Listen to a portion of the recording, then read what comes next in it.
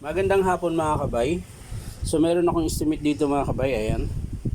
Finishing sander DWE 6411. Ayan.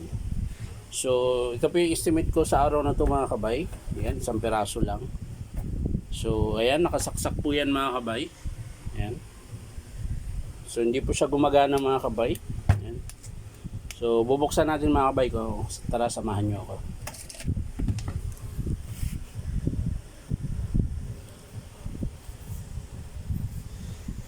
Ayan mga kabay, nabuksan ko na po yung screw. Buksan lang, tanggalin lang natin yung takip mga kabay. Takip sa ibabaw. Yan, dami alikabok mga kabay. Ngayon, i-tester natin mga kabay kung bakit wala siyang power.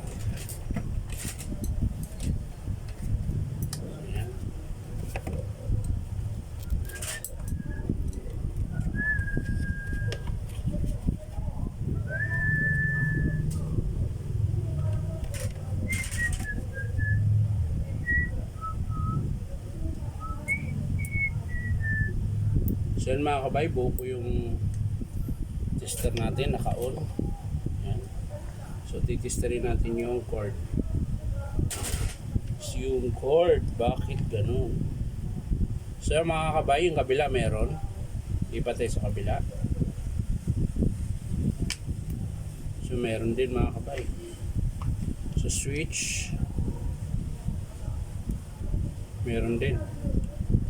So meron sa switch, sa carbon, meron din. Bakit pag inon wala? Anong dahilan? So pag inon siya wala na. So maaring dito yan sa field coil. Ayan. So kailangan natin buksan to mga kabay. Yan, ang haba pa po ng carbon yung mga kabay. Oh. Mahaba pa ang carbon. Yan ang ating aalamin. Ngayon, titesterin natin yung field coil mga kabay. Ayan. Titesterin natin yung kabilang linya. Ayan. Ayan. So yan, meron mga kabay. Sa kabila naman. Yun ang wala mga kabay. So putol po yung field coil nito mga kabay. So sisilipin natin mga kabay, baklasin natin. So yan mga kabay, baklas po talaga lahat kapag binuksan mo yung armature field coil. Ayan. So lahat po talaga tatanggalin mo. So sasama na rin natin yung paglilinis dito mga kabay. Yan. Alas po lahat yan. Yan. So yung armature niya mga kabay, ano, yung kintab pa. Puno lang po ng alikabok. Alikabok po lahat yan, nakabalot. So lilinisin po natin yan mga kabay. Tapos yung putol, ihihinang na lang natin. Ayan, lilinisin ko lang mga kabay. I-blower ko lang. So yan mga kabay, i-blower lang po natin.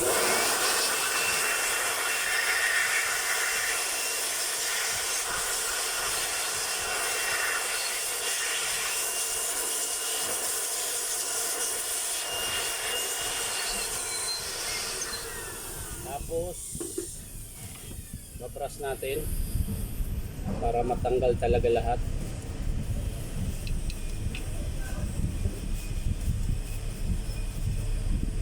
At itong fan mga kabay, yan po, ang dami. Daming alikabok.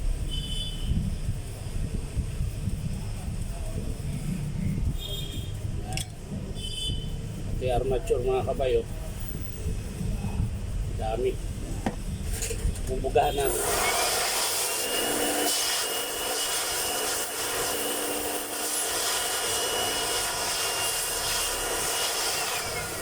Kita natin yung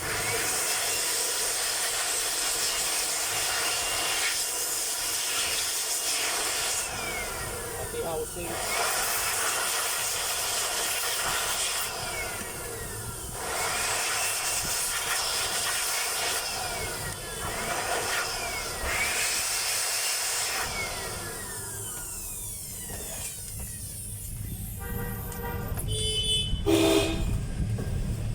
So yan mga kabay, tingnan nyo po. Kitang-kita na yung tanso mga kabay. Oh. Kanina puro alikabok yan. So ngayon mga kabay, ihinang na natin yung putol. Saan ba yung putol? Saan ga?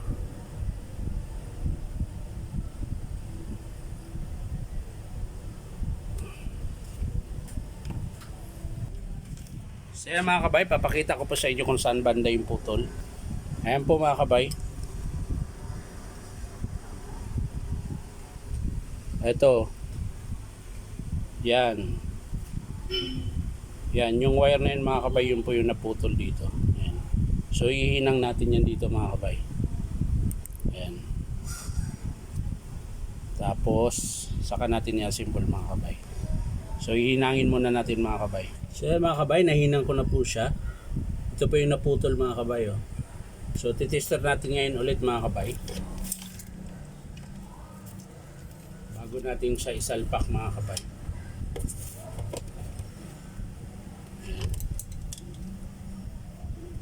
So ito hindi na ito yung putol mga kabay kanina. So yan, meron na siya mga kabay. Ito naman yung hindi naputol na linya. Ayan, meron. So parehas na silang meron mga kabay. So ngayon sasalpak natin, bubuuin natin mga kabay. So yan mga kabay, nasalpak ko na po yung kabila. So dito naman po tayo sa kabila mga kabay. Ayan.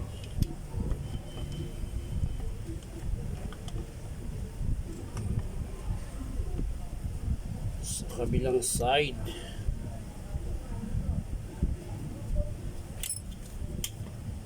Ito muna pa pala mga kabay. Hindi ko pa na ilagay ito. Kaya mga kabay, nasalpak ko na. So i-screw na po natin mga kabay.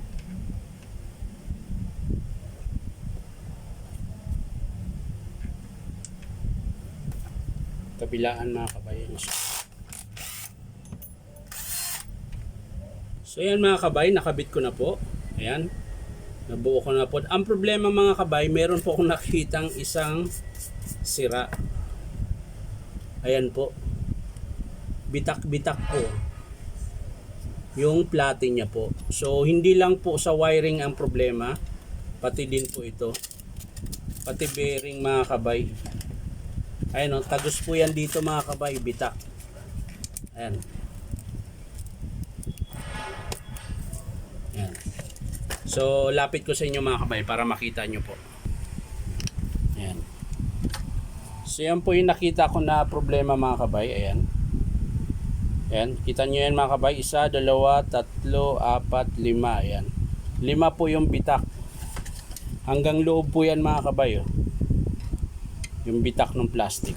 So eto mga kabay, titesting na lang natin kung aandar ba siya. Ayan. Yan, sasalpak natin mga kabay. Tapos titesting natin. So yan mga kabay, okay po siya, gumana siya. So ang dapat lang talaga sira niya is yung wiring lang. Yung nga lang, may nakita akong nag-crack. So ayoko namang i-release to na ganito kasi baka babalik din kaagad yung customer. So ang mangyayari nito mga kabay, i-estimate ko yung platin mga kabay. Yan. So hindi ko na po ipapakita sa inyo mga kabay kasi medyo mahaba na, 8 minutes na po, mag na 9 na, ayan 9 na. So papakita ko na lang sa inyo mga kabay kapag in-approve ng customer. So yan lang mga kabay, maraming salamat at syempre subscribe nyo po itong aking YouTube account na Inom Tabay. Bye bye!